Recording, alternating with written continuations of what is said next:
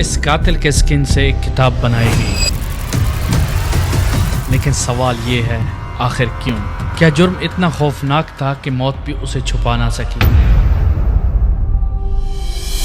یہ کہانی ہے 1827 کے ولیم کوڈر اور اس مدر کی جس میں محبت قتل میں بدل گئی۔ 1827 سفولک انگلینڈ۔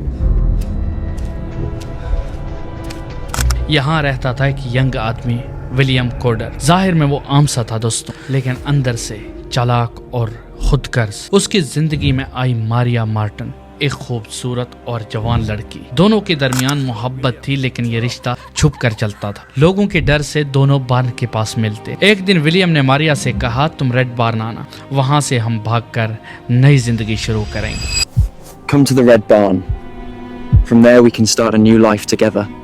ماریا نے یقین کر لیا۔ وہ اپنے رنگین خواب اور امیدوں کے ساتھ بار میں پہنچ گئی۔ اسے لگا کہ آج اس کی زندگی بدلنے والی ہے، لیکن وہاں پہنچ کر سب کچھ الٹا ہو گیا۔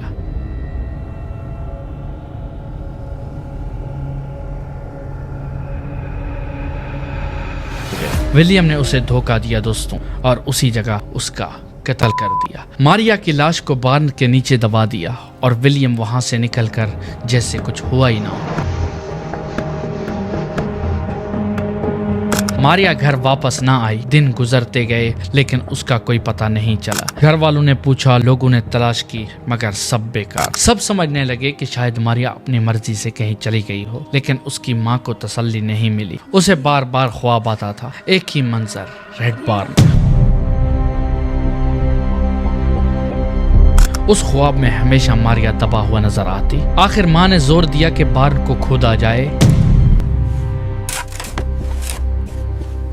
جب زمین کو کھودا گیا دوستوں تو سب ہل گئے۔ نیچے سے ماریا مارٹن کی لاش برآمد ہوئی۔ جب بارن سے ماریا کی لاش ملی تو شک سیدھا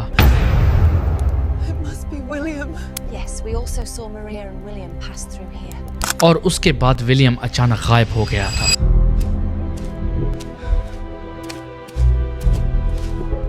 لوگوں نے دیکھا کہ وہ لندن چلا گیا، وہاں نئی پہچان بنا کر شادی بھی کر لی تھی اس نے۔ انویسٹیگیشن ہوئی تو ثبوت ملنے لگے۔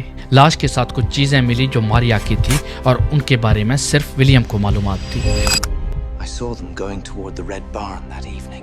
تو کسی نے کہا کہ ولیم بار بار لوگوں سے جھوٹ بولتا رہا کہ ماریا کہیں اور نکل گئی ہے۔ William kept lying again and again. He told us Maria had gone away, but she never returned. پھر پوسٹ مارٹم میں بھی ثابت ہوا کہ ماریا کا قتل ہوا تھا دوستوں، اور سوال یہ تھا کہ ولیم نے اپنی لور کو آخر کیوں مارا؟ تو اصل وجہ تھی دوستوں ڈر اور ذمہ داری سے بھاگنا۔ William feared the truth, feared the responsibility, and so he silenced his lover forever. دونوں کا تعلق سوسائٹی کو منظور نہیں تھا، اور ماریا اس وقت ولیم کے بچے کی ماں بننے والی تھی۔ ولیم کو ڈر تھا کہ سچ سامنے آیا تو عزت ختم ہو جائے گی اور اس پر ذمہ داری آ جائے گی۔ اس لیے اس نے فیصلہ کیا کہ ماریا کو ہمیشہ کے لیے خاموش کر دیا جائے، اور اسی لیے اس نے اسے ریڈ بارن بلایا اور قتل کر دیا۔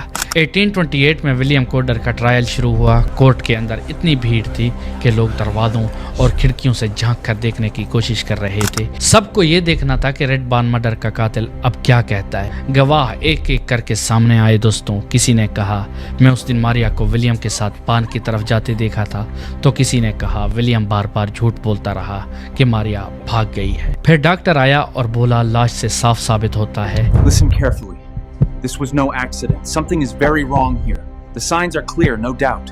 لوگوں کا شور کورٹ میں گونج اٹھا دوستوں۔ سب کی نظر ولیم پر تھی، لیکن ولیم چپ رہا۔ اس نے صرف اتنا کہا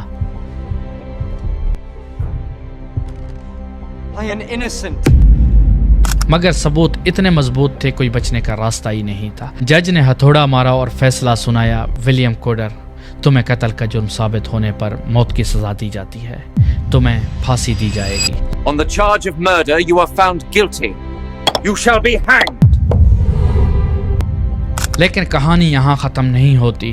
ڈاکٹرز نے اس کے لاش کا پبلک پوسٹ مارٹم کیا۔ ہزاروں لوگ لائن میں کھڑے تھے صرف ولیم کوڈر کی باڈی دیکھنے کے لیے۔ پھر اس کی سکن کا ایک حصہ اٹھایا گیا۔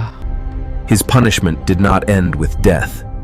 His skin was preserved. اور اس سے ایک کتاب بنائی گئی۔ ایک اصل انسان کی سکن سے دوستوں، جی ہاں، ایک اصل انسان کی سکن سے، جس میں اس کا جرم کی کہانی لکھی گئی۔ یہ صرف میڈیکل ایکسپیریمنٹ نہیں تھا، یہ ایک سبق تھا، کیونکہ پرانے زمانے میں پھانسی قاتل کے لیے آخری سزا نہیں ہوتی تھی۔ اس وقت لوگوں کا یقین تھا کہ جرم کا سبق سب کو ملنا چاہیے، اور اس لیے قاتل کے موت کے بعد بھی اس کی بے عزتی کی جاتی تھی۔ لاش کو ڈیزیکٹ کیا جاتا، پبلک کے سامنے رکھا جاتا تاکہ عوام دیکھے کہ قاتل کا انجام کتنا خوفناک ہے۔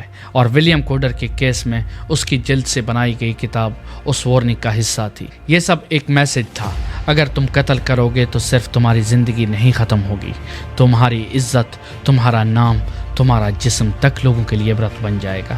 اور اسی لیے ولیم کوڈر کی کہانی آج بھی زندہ ہے، محبت سے شروع ہونے والی ایک داستان جو قتل، پھانسی اور ایک خوفناک کتاب پر ختم ہوئی۔ آج بھی ولیم کوڈر کی سکن سے بنی ہوئی کتاب موئزس ہال میوزیم سفولک انگلینڈ میں رکھی ہوئی ہے۔